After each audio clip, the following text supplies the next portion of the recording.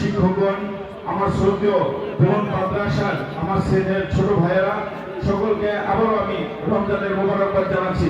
বন্ধুরা আমার, মানুষ, বাংলাদেশের মানুষ এই 17 বছর ফ্যাসিস্টদের নির্যাতনে পৃষ্ঠচালিত হয়ে আমাদের কর্মী সহ সারা বাংলাদেশের মানুষ একটি জিম্মি দশায় নির্যাতন ভোগ করেছি এবং আমি এও দেখেছি ঢাকার প্রোগ্রামে গিয়ে আমি বাড়িতে ফিরতে পারলেও আমার অনেক নেতাকর্মী বাড়িতে ফিরতে পারেনি।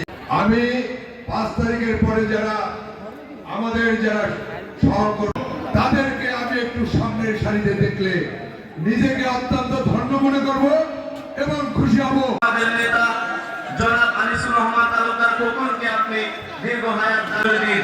আল্লাহ বাংলাদেশ নিয়ে যারা ষড়যন্ত্র করতেছে মাহবুব, আল্লাহ ষড়যন্ত্রকারীদেরকে আপনি ধ্বংস করুন।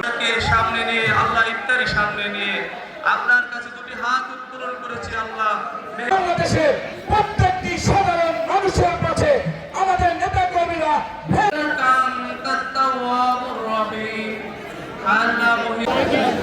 সবাই মুনাজাত।